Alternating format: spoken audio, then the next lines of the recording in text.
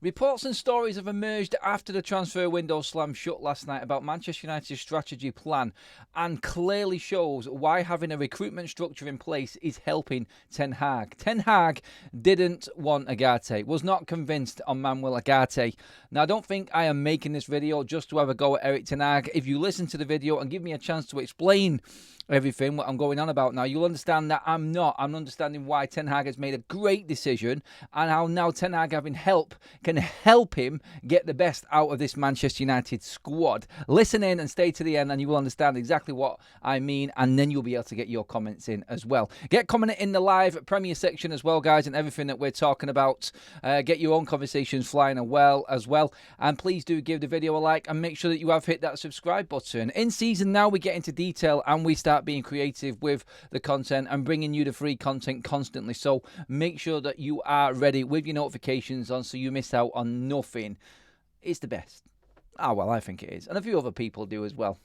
And everyone else who subscribes. So let's get into it. What is actually, I'm not going to say what's actually going on because we know what's going on. The window is shut. But what did happen is more to the point, and what is going on with Manchester United behind the scenes. And this is, again, I've been beating the drum about Ineos all summer, thinking it's been a breath of fresh air in how Manchester United have dealt with this transfer window and how we've gone about it. I just want to read an article from The Athletic that Laurie Whitwell has or a piece of it anyway, that Laurie Whitwell has written. And it reads regarding Manchester United's hunt for a number 6. It was always a priority position for Manchester United.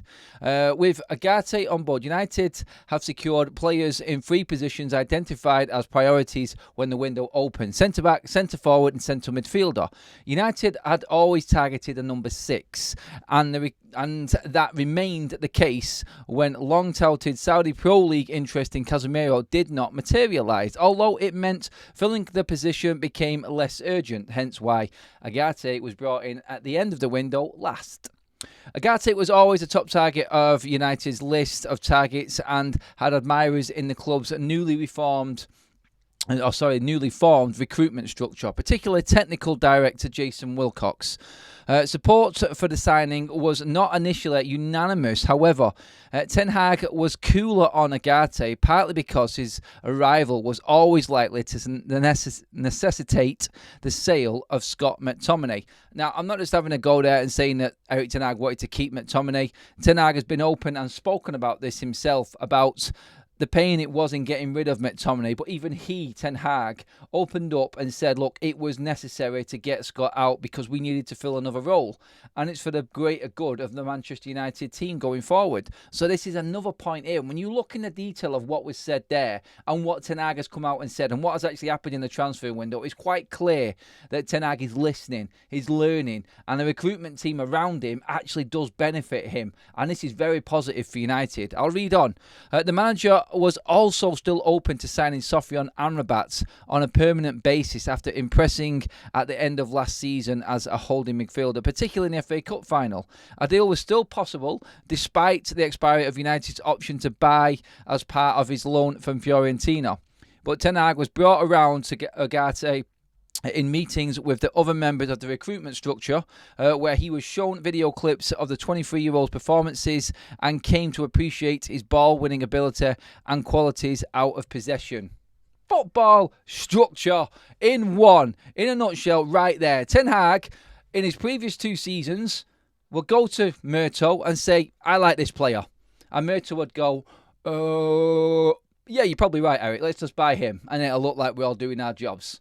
Ten Hag has said, I want to get this player, I think we should keep this player, and the recruitment team have gone, well, maybe you should just come and sit down with us first, and maybe let's discuss it as a full recruitment team, because we've got vast experience in this department, and we've got plenty of people who know other players that might benefit you better and how you want to play.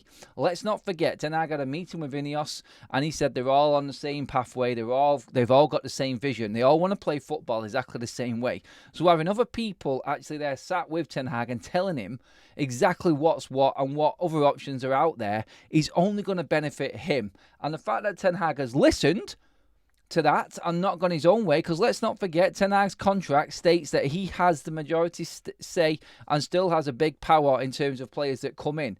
So Ugarte wasn't a Ten Hag signing, it was a full-on recruitment, Ten Hag and recruitment, Wilcox, Ashworth, Vival, Barada, all of these people in one decided what was going to happen with these transfers. It wasn't just Ten Hag. It was a full recruitment set up, and this is what was happening. And it's a great article from The Athletic and what they've put there and how things actually started to move forward in the transfer window. At first, like they said, Casemiro was going to be sold, and United would easily have just bought Ugarte in, and we would have still kept probably Scott McTominay, going off what them reports said. But in them same reports, I think it's kind of a little bit of a contradiction, because they also said that they had too many players in the 10 position. Now, we discussed it this morning about Eriksen not going and why he's not going, because McTominay was sold. And obviously, with Mason Mount getting injured, United don't have as many options there. But Scott McTominay definitely needed to be sold to deal with PSG and the terms that they wanted. Yes, United got the fee down, and obviously it goes up only if he hits a performance-related score or hits a certain mark through the season, which is good because that means we're doing well. But also, we got the deal that we wanted simply because Scott was sold, and we was able to front the money to actually get the deal over the line instead of loaning Ugarte out, which they didn't want to do, because we said it before, they don't want part-time or quick-fix sales at Manchester United now. It is everything going down the youth and academy side in loans, and no loans for any senior players, either in or out. Obviously, Sancho is a different story because that's an obligation, and he will end up now permanently being at Chelsea, with United forking out no more money for the player, which is a different story altogether. But it just goes to show that Ten Hag is willing to change for me. That line there said everything. And the fact that The Athletic have had a lot and have been first with every bit of United news significantly, I read into that article and I take a lot of truth from it, because you can see that actually happening, because we had reports all summer. Even Romano and Ornstein were saying that AMRABAT was on the table. That's because Ten Hag wanted to keep Scott McTominay and he wanted to keep AMRABAT, I'll bring him back as such. But the recruitment team have sat down with him and they've discussed it properly, like a proper football club should. And this is why we are in a position now, going into this rest of this season now, 2 games in, 3rd game against Liverpool tomorrow, in a totally different confidence mind, in that everything off the pitch is going to take care of itself from now on. And Erik ten Hag is going to get the backing that he needs to get the best out of this team right now. How the team plays, this is all on Ten Hag and his coaching team now. There's not much more that everybody else behind the scenes can do for Eric now. It's all on him and what he does and what he gets out of the likes of Ugarte. And do you know what? Like, he probably didn't think about him and then was just convinced to get him in. And that's brilliant. That's exactly what we need. We need other voices. We need other people at the table. And do you know what's more important? We need people that actually know what they're talking about and actually know football. Not like John Murtough and Richard Arnold. I mean, seriously, it's so exciting actually feeling that we haven't got them idiots running the show anymore at Manchester United, because that's what it was.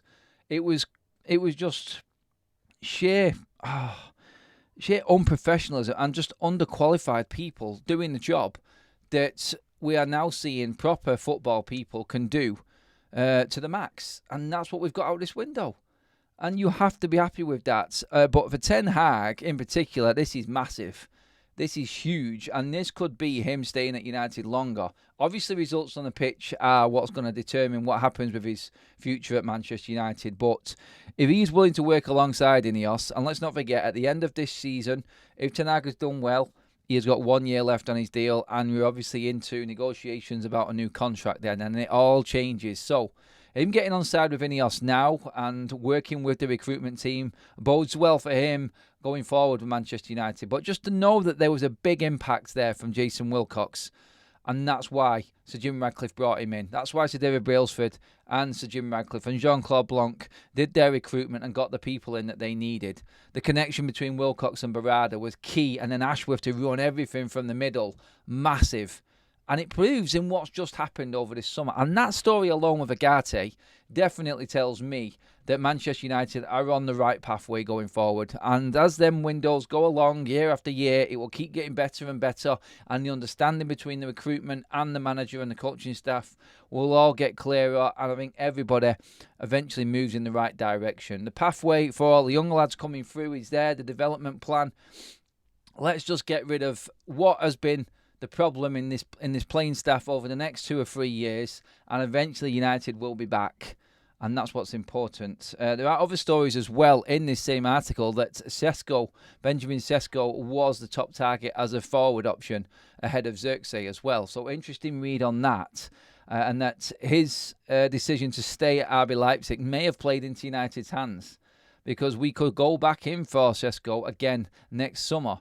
And obviously this is how it works. This is exactly what Haaland did. He committed to one more year under the Red Bull programme, and then moved on to Dortmund from there.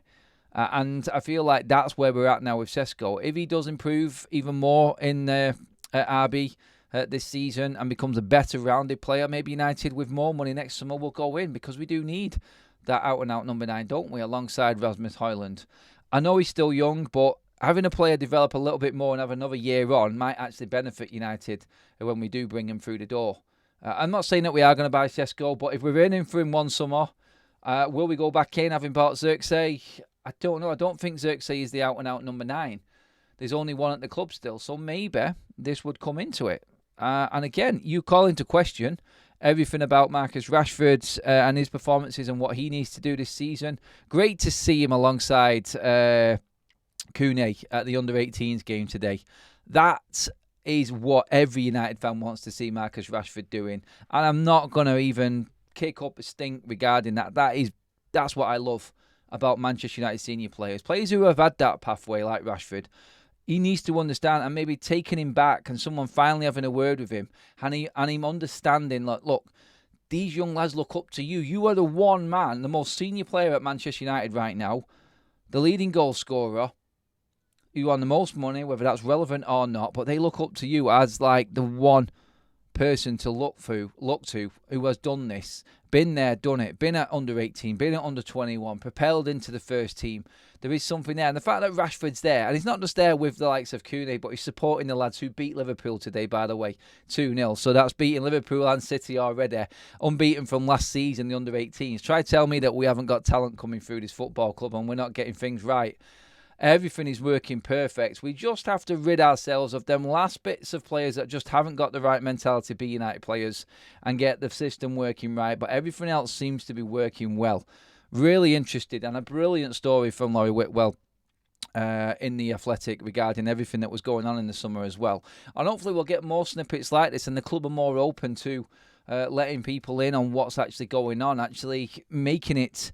Like Barada has said, the communication with the fans is massive. It is paramount in getting the right relationship and blend with the club and the fans now, because it's all been lost over the last 20 years.